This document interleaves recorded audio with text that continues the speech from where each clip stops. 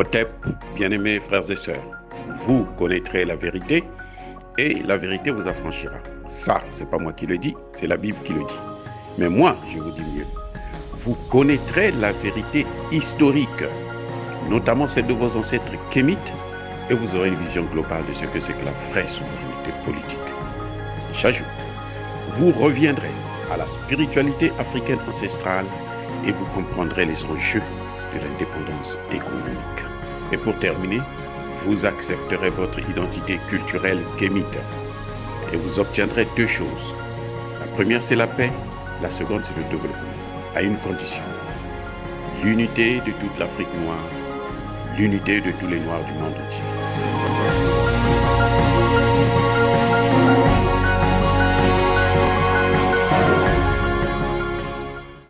Otep à tous, bienvenue sur la chaîne des panafricanistes par essence, par excellence et par conviction, celle des citoyens kémites par nécessité et obligation de combat.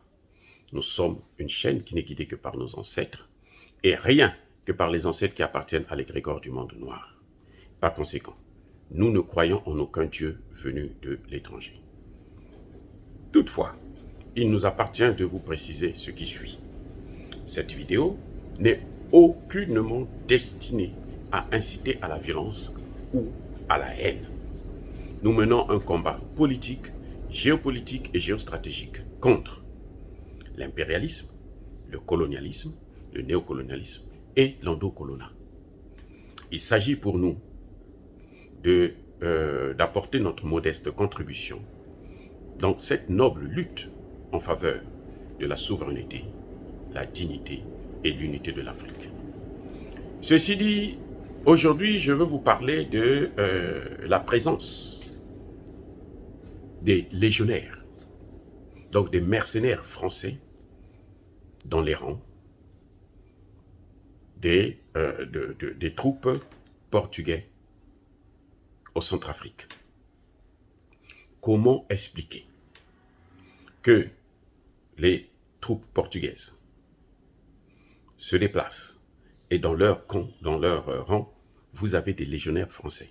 Donc ils ont la tenue portugaise, ils sont habillés en portugais. Comme ils sont blancs, on pense que ce sont des Portugais alors que ce sont des légionnaires français. Par conséquent, des mercenaires français. Et c'est quelles troupes? C'est les troupes qui appartiennent à l'Organisation des Nations Unies. Ce sont des casques bleus.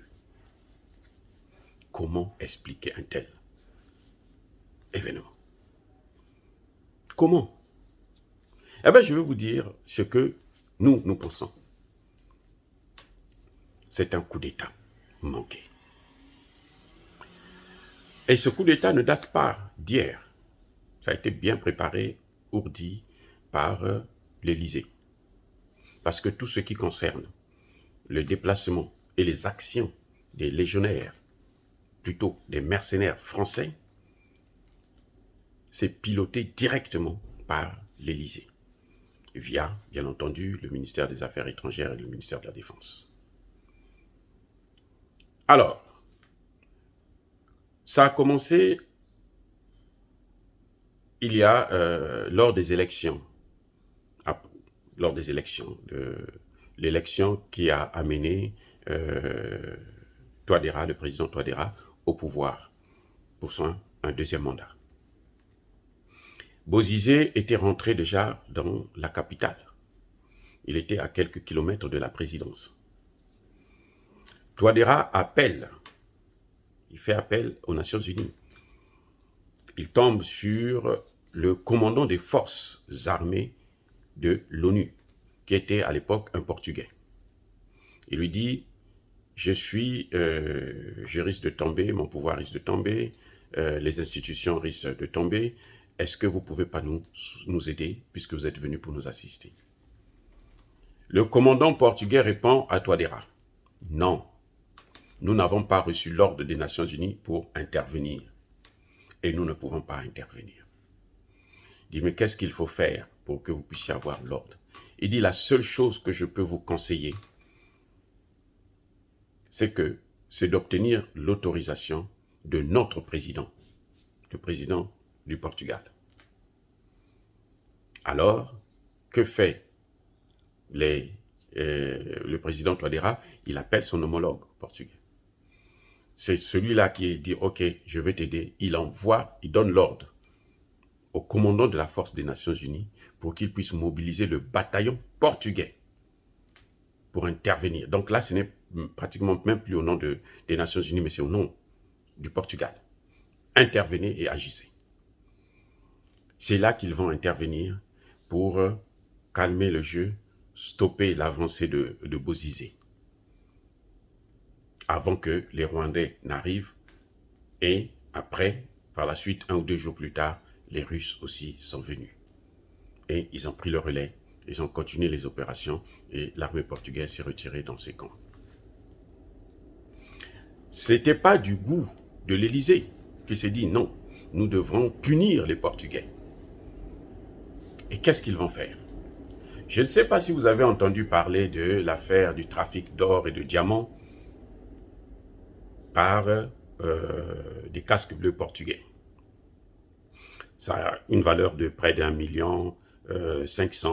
million euros. C'est une affaire que les Français ont sorti. Parce qu'ils font tous ça. Hein? Tous, ils font ça. Mais maintenant, eux, ils ont sorti ça pour salir le Portugal. Une fois le Portugal sali, donc le contingent portugais perd le contrôle de l'armée des Nations Unies. Au profit de qui? Au profit de la France. Voilà ce qui se passe.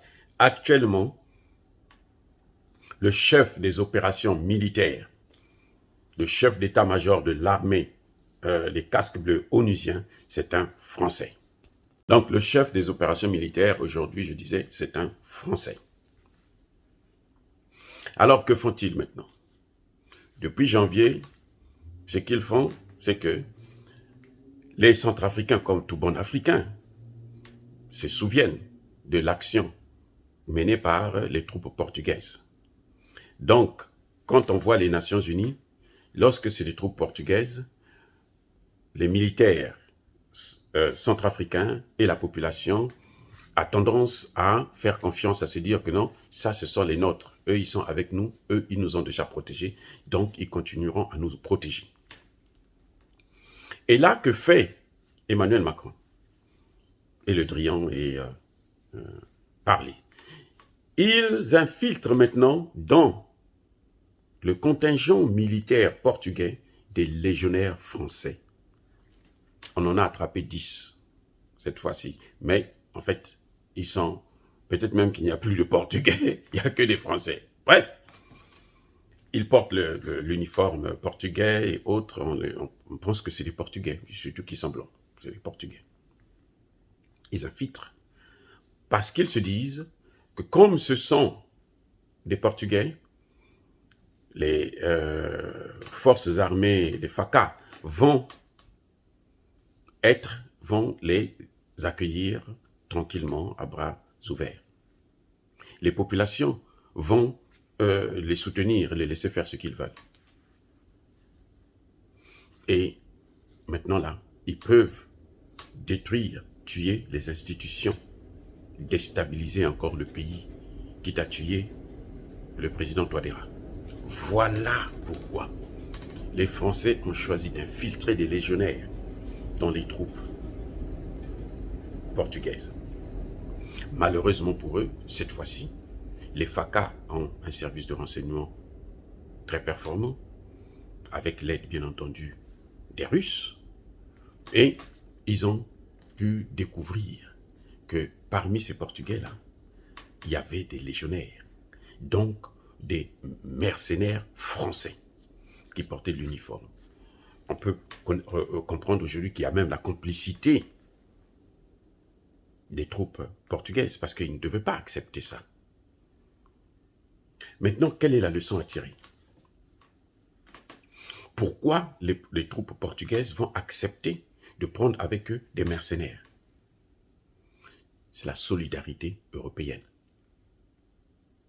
Parce que la France est un pays européen, ils doivent être solidaires de la France, exécuter ce que la France demande, parce que c'est au profit de l'Union européenne. Et c'est ça le problème, au profit de l'Union européenne.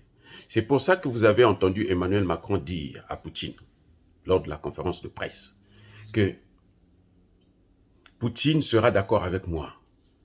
Poutine est un Européen. Donc, quiconque veut négocier avec Poutine doit avoir des bonnes relations avec le reste des pays européens. Ce qui est bien entendu faux. Parce que eux, quand ils négociaient, quand ils pillaient l'Afrique, pendant près de 600 ans, il n'y avait pas Poutine qui était là, les Russes n'étaient pas avec eux. Au contraire. Mais, par contre, l'Union européenne, eux, ils sont solidaires de l'action des Français parce qu'ils se disent que leur vie en dépend. C'est pour ça que nous devons faire très attention. C'est pour ça que monsieur le président Touadéra doit faire très attention. Non seulement pour sa sécurité, mais aussi qu'il aille très vite pour changer la monnaie CFA. Il faut qu'il sorte de la zone CFA. Pour avoir plus d'autonomie, il faut qu'il sorte de la zone CFA. On n'a pas besoin de ça. Nous sommes capables de nous développer. Nous sommes capables d'avoir une monnaie, de protéger, de garantir cette monnaie. Si nous avons les matières premières. La force d'un État, c'est quoi? C'est sa richesse. Mais la richesse des Occidentaux vient d'où? Des matières premières africaines. Donc, nous sommes plus riches que l'Occident en réalité. Voilà les leçons que je tire, moi, de cette situation. De ne pas faire confiance à ces gens, de faire très attention et plutôt de regarder vers des gens qui ne nous ont jamais colonisés, nous ont jamais fait du mal, nous ont jamais pris en esclavage. C'est le cas de le dire pour les Russes, par exemple. Voilà, bien entendu, bien-aimés frères et sœurs, dire ça, c'est inciter à la haine ou à la violence. Je dis non. Nous appliquons un principe qui est très cher à nos ancêtres. C'est ce qu'on appelle la Ma'at. La vérité, justice. Nous devons vous dire la vérité pour que Dieu puisse nous rendre justice. Nous sommes une force tranquille, sans armes. Yaba Kolerve, Ya Malembe. J'ai dit.